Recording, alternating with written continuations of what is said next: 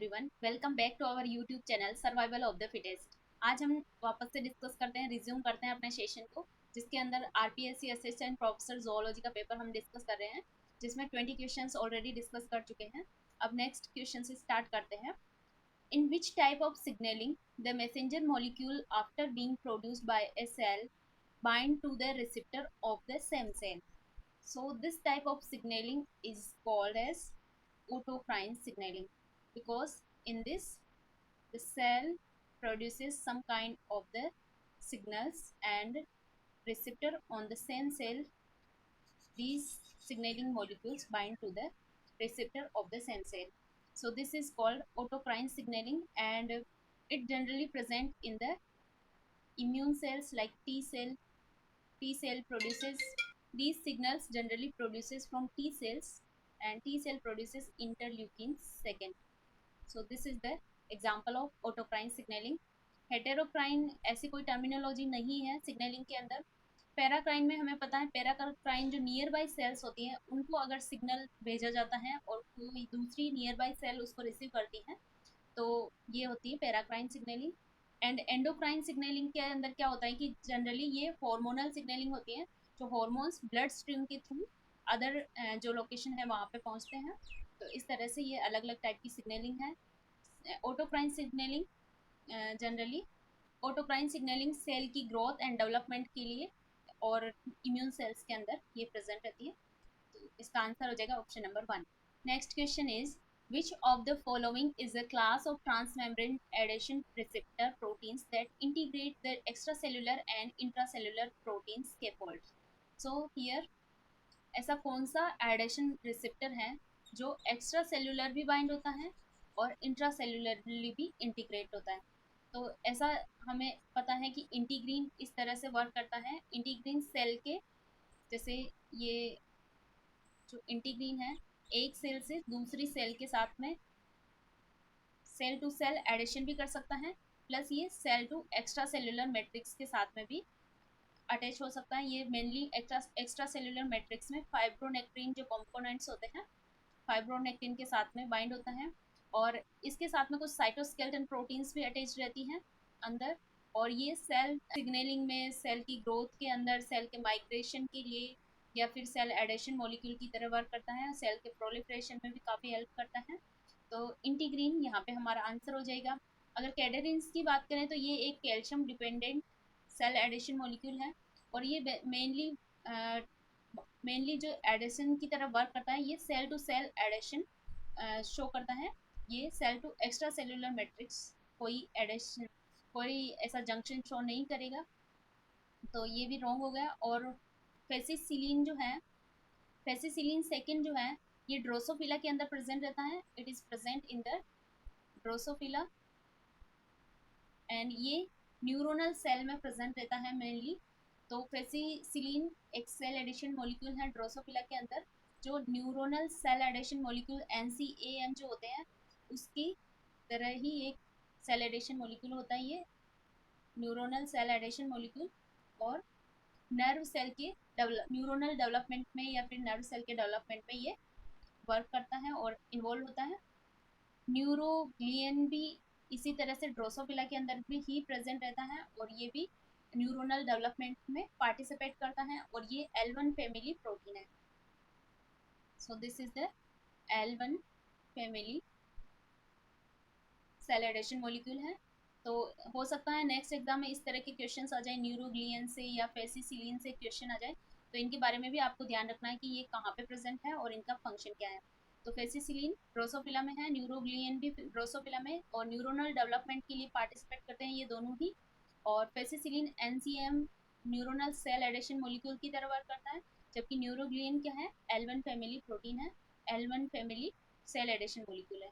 और हमारा इस क्वेश्चन का आंसर हो जाएगा इंटीग्रीन्स। तो इंटीग्रीन के बारे में भी आपको देखना है कि इंटीग्रीन की स्ट्रक्चर किस तरह से होती है, वो किस तरह से जो फाइब्रोनेक्टिन के साथ कौन से जो स्पेसिफिक सीक्वेंसेस होती है वहाँ पे बाइंड करते हैं, तो ये सब चीज़ें आपको पता होनी चाहिए। Next question is caspases contain which of these as key residue in catalytic site? So caspases यहाँ पे क्या है, cysteine dependent aspartate, cysteine dependent aspartate specific protease।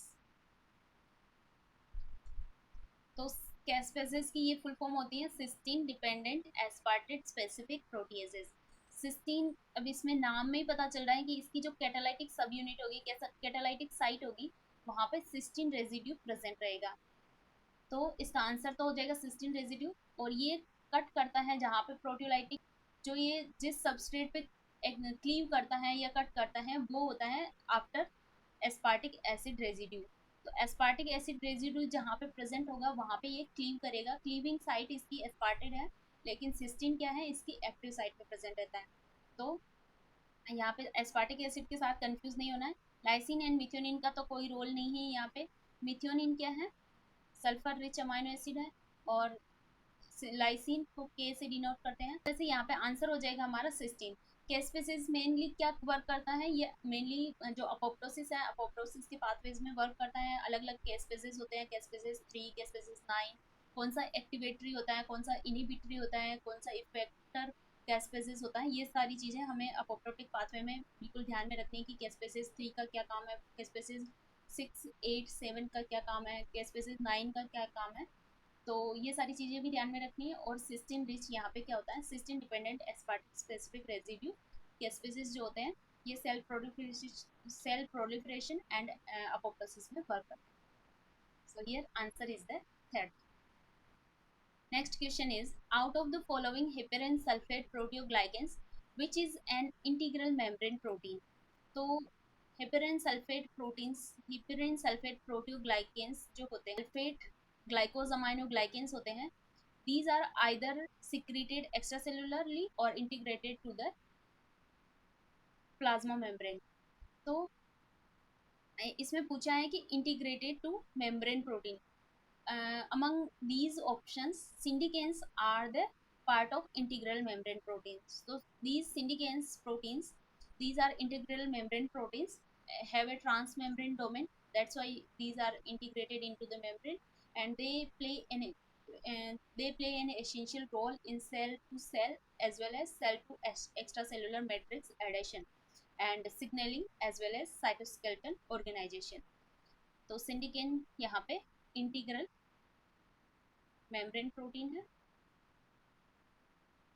And अगर पर्लिकेन की बात करें, perlecan is also extracellular matrix, extracellularly secreted protein and especially in the basement membrane। Agrine is also extracellular secreted protein, secreted extracellular matrix protein.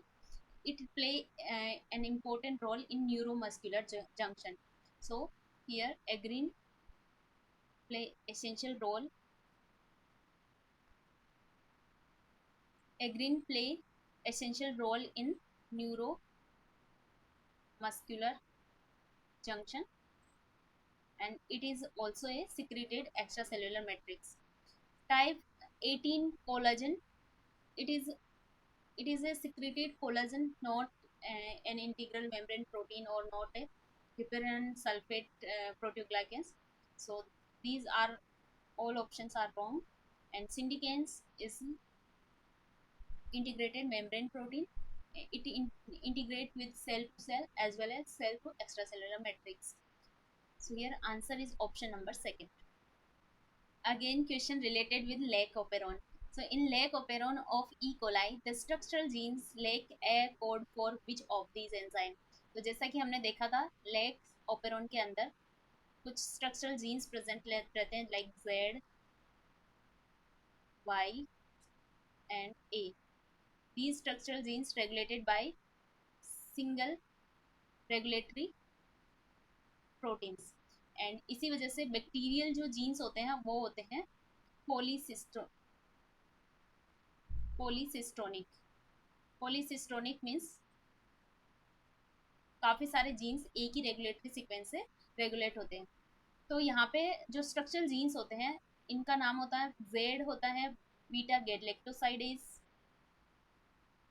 Galactosidase and Y beta galactosidase permease Y is the permease and A is the trans acetylase। तो ये तीनों ही gene काफी important role play करते हैं lac operon के अंदर। Beta galactosidase क्या करता है, लैक्टोज का ब्रेकडाउन करता है ग्लूकोज प्लस गैलेक्टोज में। परमीएज क्या करता है, लैक्टोज की एंट्री को परमिट करता है सेल के अंदर, बैक्टीरियल जो सेल है उसको ग्रो, जो भी मीडिया है वहां से, वहां पे लैक्टोज जो प्रेजेंट है उसको एंटर करवाने का काम करता है परमीज। यहाँ पे कुछ स्पोर फॉर्मेशन करके ये प्रोटॉन का ग्रेडियंट बना के उसको इंटरनलाइज्ड करवाएगा लैक्टोज को। ट्रांस एसिटाइलेज यहाँ पे एज अ प्रोटेक्टर की तरह वर्क करता है। यहाँ पे कुछ टॉक्सिन मटेरियल्स आ जाते हैं उसका ब्रेक डाउन करने के लिए, ट्रांस एसिटाइलेज वहाँ पे टॉक्सिन मटेरियल पे एसिटाइल ग्रुप ऐड करके उसको ब्रेक डाउन करवाता है।